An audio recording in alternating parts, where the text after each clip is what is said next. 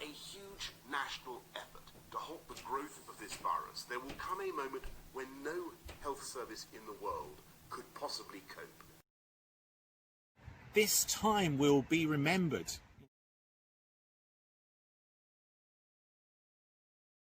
We've got to remember what we've gone through and learn from that.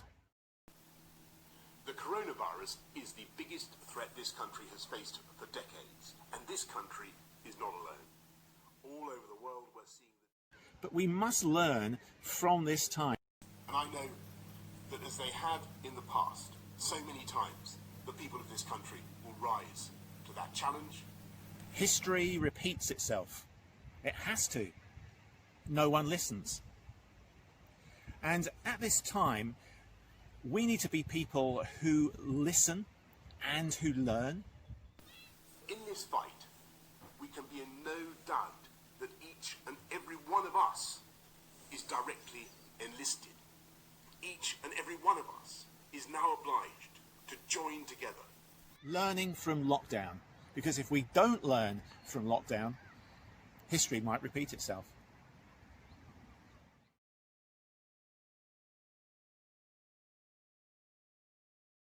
Hi, let me ask you first of all, what is your favourite type of dance? What's your favourite form of dance? Maybe it's kind of like the tap dancing that Gene Kelly and Fred Astaire did, you know, singing in the rain and all that. Maybe that's your favourite type of dance. But maybe, on the other hand, it's something like breakdancing. And you love the kind of battles that go on in breakdancing as people are twirling around. Or maybe it's contemporary dance, where there is a huge amount of modern expression.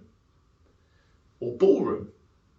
Or Irish dancing. Remember Riverdance and Lord of the Dance and that incredible form of dance, which was kind of so uplifting and energetic and powerful.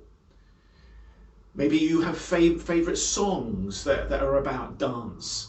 I remember back in, I think it was the 90s, you know, Rhythm is a Dancer, and I think there's a modern remix of that. So what I want to suggest is that either now or at the end of the talk, you go onto YouTube and you watch a form of dance, maybe a form of dance that you're not used to. If you can't find anything, then watch Rhythm is a Dancer, the new version by KM Music, and just look at the rhythm within that dance. Because this morning I'm going to be talking about rhythm. This is the last session in Lessons from Lockdown, and the one thing that I can truly say is that the lesson I have learnt from lockdown is how essential it is for life to have rhythm. Because rhythm is about dance, and our lives need to be like a dance. So this morning I want to look at, first of all, what rhythm is. Secondly, maybe how lockdown has affected our rhythm. And thirdly, how we can live a life that is full of rhythm. That is full of dance, so that our lives feel like a dance. So what rhythm is where we'll start this morning. What rhythm is, and maybe to explain what rhythm is, I need to explain a little bit about what it's not, because rhythm is not routine. Sometimes we can get the two mixed up. Routine is a sequence of actions regularly followed. A sequence of actions regularly followed. So 6:30, the alarm goes off, whack the alarm back down, get a cup of tea, drink your cup of tea, go in the shower, have a shower, come out, get dressed, you've got dressed, maybe I have a shave, okay, had a shave, go downstairs, have breakfast. In the winter it's porridge, in the summer it's muesli. You look at your phone, you look at your app, okay, you see what's going on the news, maybe the sports, and then perhaps for some of us it's off to work in the car. And I guess we all have some form of routine that we regularly do in the morning, especially during weekdays. That routine goes out the window on a Sunday perhaps, but it's the routine we have for the rest of the week. We all need routine, and routine is good. And within a rhythm, it's good to have routine. But routine is only one aspect of rhythm. It's a part of rhythm. It may help our rhythm, but it is not the same as rhythm. Rhythm, on the other hand, is something that is dynamic. Now think about the dance now. Rhythm is something about dynamism. It's about movement.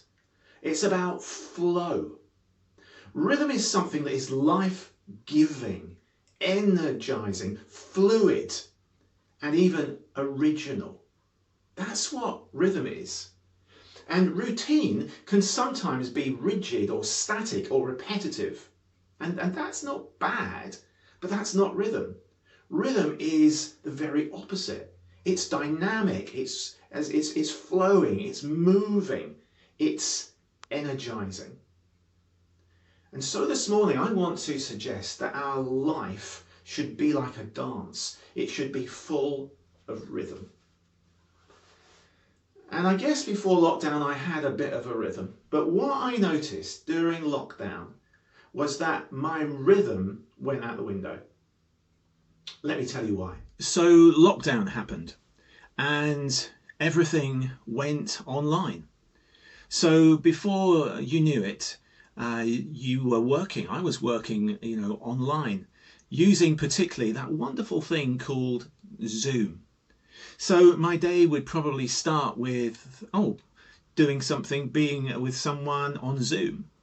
Then there were the emails that I did using the same PC, using the same screen. Come middle of the morning, another appointment with someone or a group of people on Zoom. And then there were things I had to prepare using the Word document on the same PC. And then lunchtime or after lunch, there was another appointment on Zoom, another meeting. And then there was other things that we would be preparing and planning for using Zoom and Word and PowerPoint and all those kind of things which are also necessary, but were all done from the same place, using the same PC. Using Zoom and other wonderful pieces of software. So life was full of routine, but there was no rhythm, there was no movement, there was no fluidity or anything like that, and life began to get stagnant. And I'm a firm believer that life shouldn't be like that, because right at the beginning of the Bible, right at the beginning, Genesis chapter 1, verse 3, you read the words that go, and God said, let there be light, and there was light. And God saw that the light was good, and he separated the light from the darkness, and God called the light day, and the darkness he called night, and there was evening, and there was morning, the first day.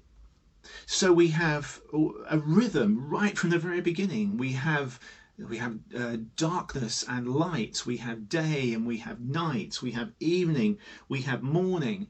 And later on in the chapter, we have work and we have rest. Immediately, right from day one, there is rhythm being set up in the created order. And as human beings, we have created even more rhythm to that. We've created seconds, we've created minutes, we've created hours and days and weeks and months and years and so it goes on, the movement, the flow of this rhythm. And creation is full of rhythm, isn't it? You just go out into creation and you see that there's spring and there's summer and autumn and winter, and this is a movement from one to another. Creation goes to sleep and then it comes awake. It's like it dances to a tune. There is birth and then there is death, just as there's crucifixion and resurrection. But all the time it's about movement. just as the earth goes round the sun, just as the river goes to the sea from its source. And there's wind in the trees and tides, ebb and flow, ebb and flow, ebb and flow. There is in creation a built-in rhythm. It's part of the DNA, and we are part of that creation. We should be people who have bags of rhythm, who join in the dance. And yet, during lockdown, dance didn't seem to be a word that summed up how I was feeling. Routine, yes, but rhythm, no. So let's get out of the office then, shall we? As I ask a question, about you yourself. Have you got rhythm in your life at the moment? Do you feel that you are part of a dance that's moving and fluid and energetic? Do you feel that you have that rhythm in your life?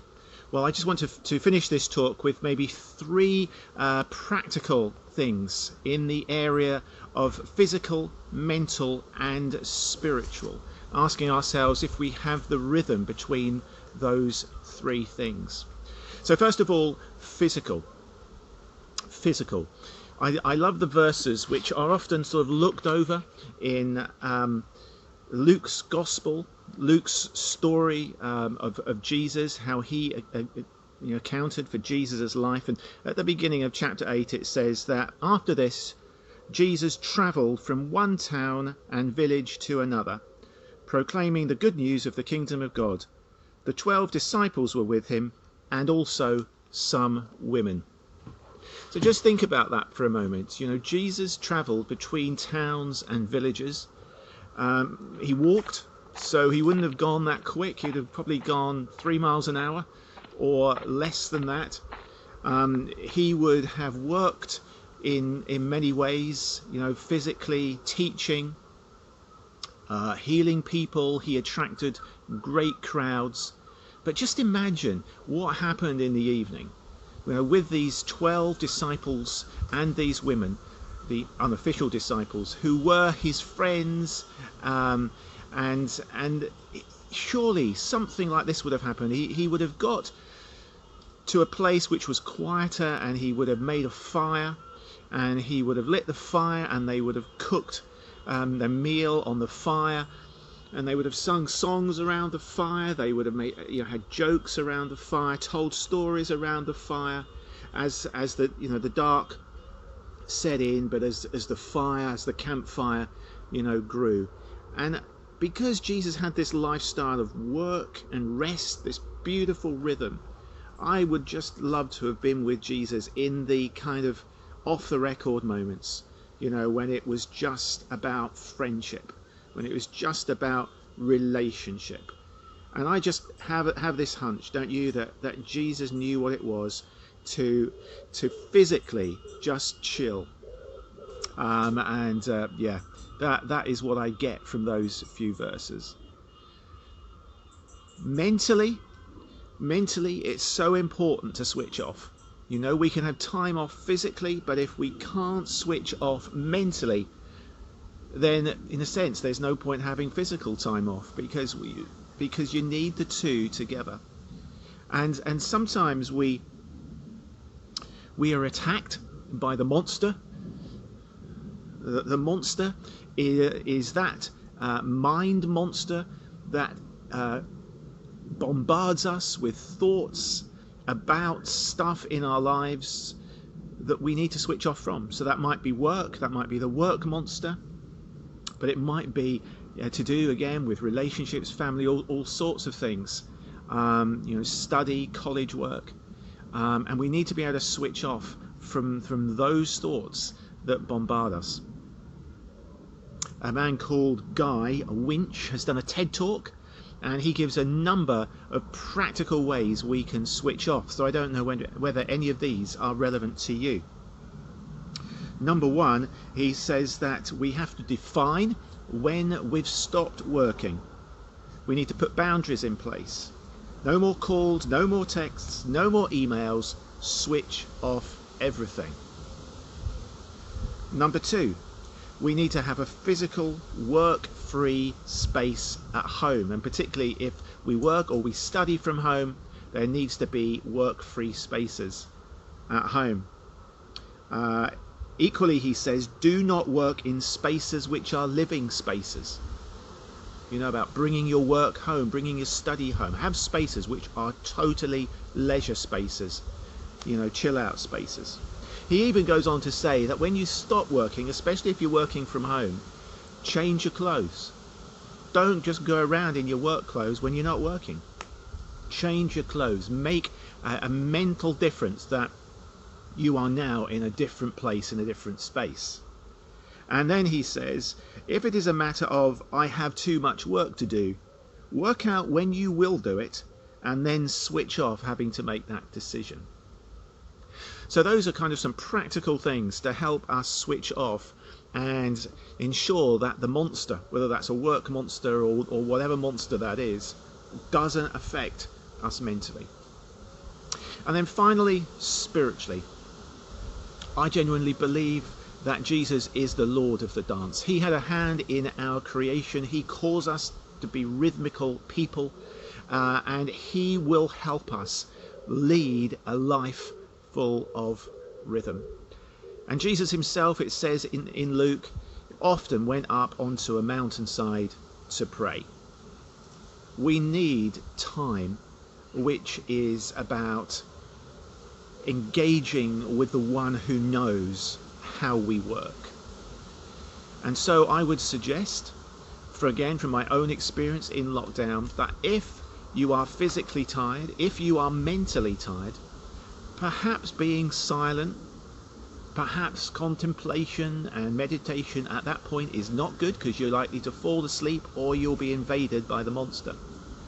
At those sort of times, perhaps you need to go for a walk and pray whilst you're walking, or maybe do things out loud, pray or worship out loud, or read something that is inspiring in relation to your faith.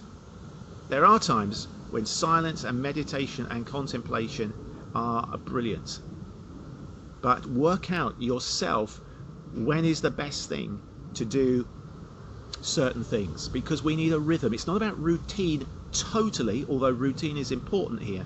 It's about finding the rhythm that suits our lives at a certain time.